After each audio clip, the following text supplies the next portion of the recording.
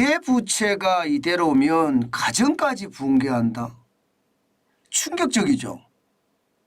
지표가 나올 때마다 제가 참 많이 놀라는데요. 부채에 대한 지표는 더더욱이나 저는 충격적이라고 생각을 해요. 여러 곳에서 대한민국 부채 지표가 나오거든요. 뭐 한국은행에서 나오든지 아니면 IMF에서 나오든지 국제결제은행에서 나오든지 OECD에서 나오든지 나올 때마다 놀랍니다. 이번에는요 국제결제은행입니다. 국제결제은행에서 말입니다. 대한민국의 가계부채에 대한 지표를 발표를 했는데 그 지표를 보면 이 가정까지 붕괴할 수 있다는 그런 전망까지 나옵니다. 무슨 얘기냐? 이거 한번 보세요. 5년 반세입니다. 5년 반세.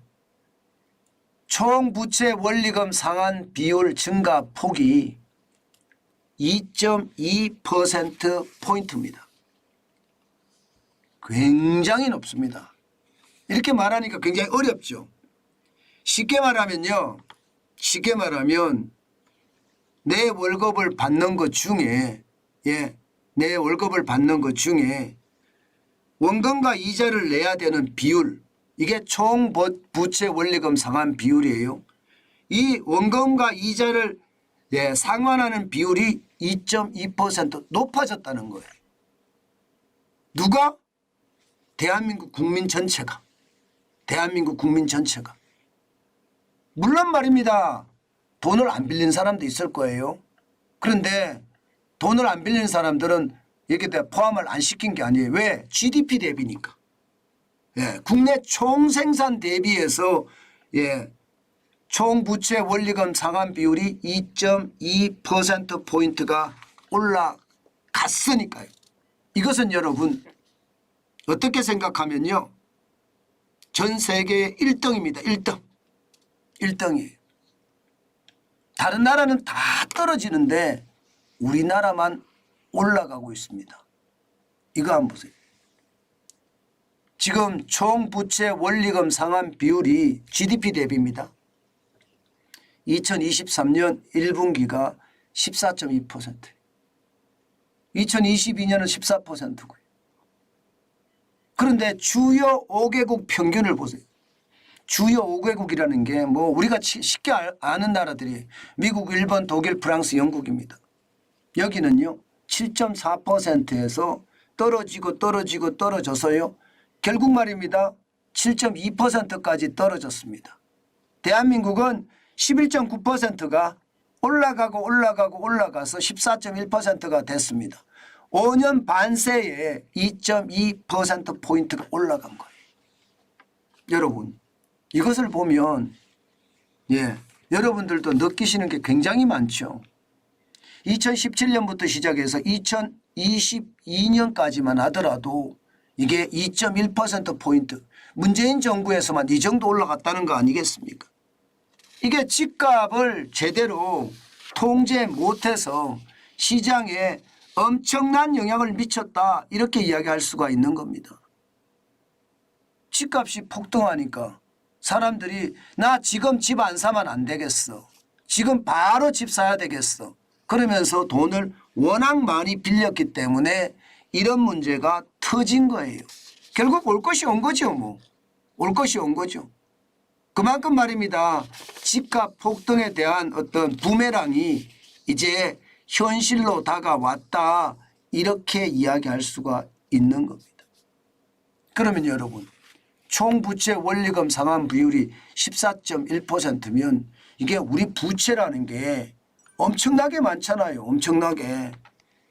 지금 1분기 기준으로 봤으면 1853조 3천억 원입니다. 엄청나죠. 가계신용까지 다 포함하니까.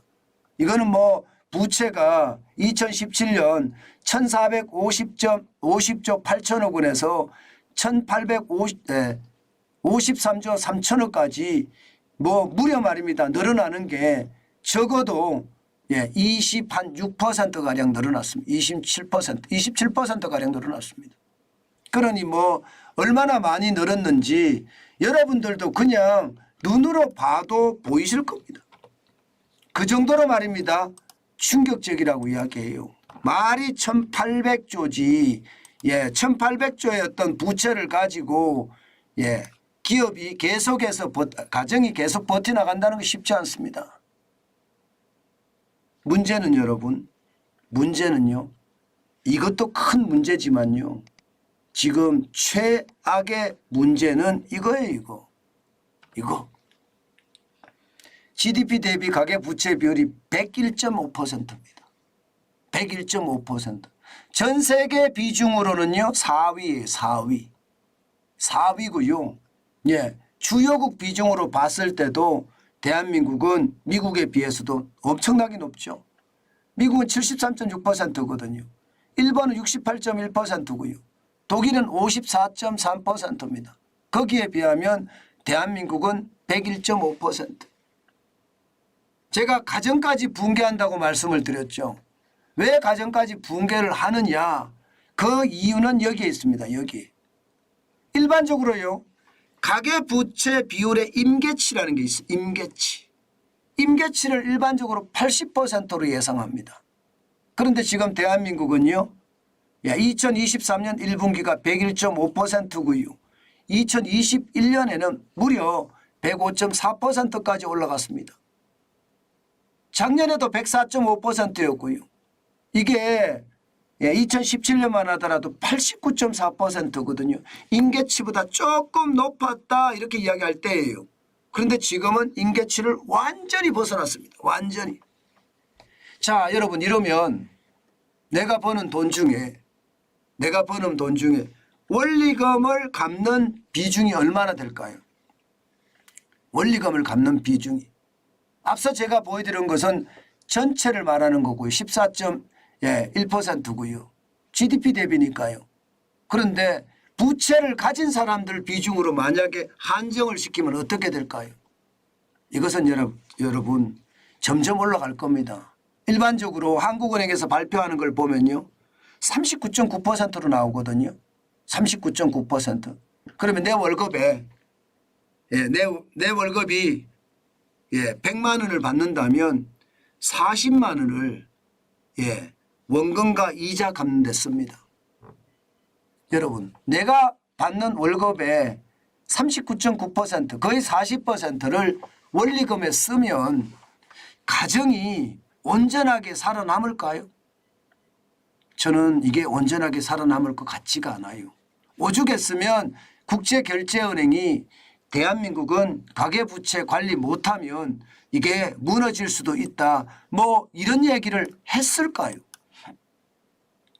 게다가 이청용 한국은행 총재도 가계부채가 안 줄어들면 공개적으로 이야기했잖아요. 금리를 올리겠다. 기준금리를 올리겠다. 아예 공개적으로 이야기했습니다. 가계부채가 안 줄어들면. 그 정도로 말입니다. 지금 제가 봐서는 고위험 가구도 많고요. 그 가구들의 어떤 상황도 지금 점점 어려워진다. 저는 이렇게 얘기할 수 있을 것 같습니다. 아, 가계부채 비율이 이렇게까지 올라갈 줄이야. 뭐 누가 알았겠냐 이렇게 이야기하잖아요. 지금 DSR 비율 총 부채 원리금 상환 비율이 이렇게까지 올라가면요. 아마도요. 우리 경제에도 서서히